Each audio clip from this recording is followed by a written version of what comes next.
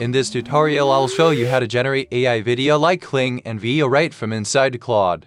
The trick is a single MCP server from fal.ai, and I'll walk you through the exact setup. Here's the idea. You ask Claude in plain language. Claude calls the fal MCP and fal runs the actual model on their servers.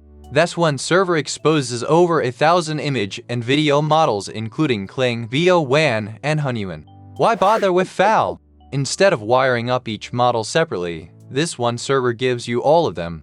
The MCP itself is free, and you only pay fal for each run you trigger using your own key with no markup. Before anything else, head to fal.ai, sign in, and create an API key. Copy it and keep it somewhere safe because that key is what builds your fal account for each run. In Claude code, this one command wires up the official remote server.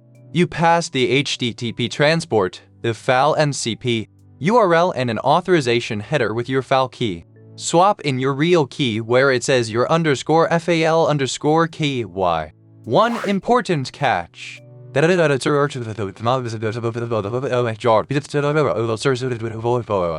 Claude code, you're good to go with the command I just showed.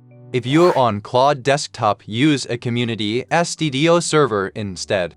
Drop this into your config using the fal.ai MCP server package from npm with your key in the fal_key environment variable. If you prefer Python, there's also m0y/mcpfal on GitHub. Restart Claude desktop after saving. Now, the fun part. You just ask, generate a Kling video of a paper boat sailing down a rainy street cinematic.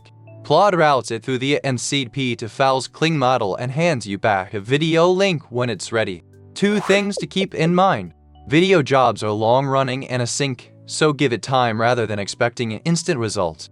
And every run costs fal credits at their normal API pricing, so it's pay per run on your own key.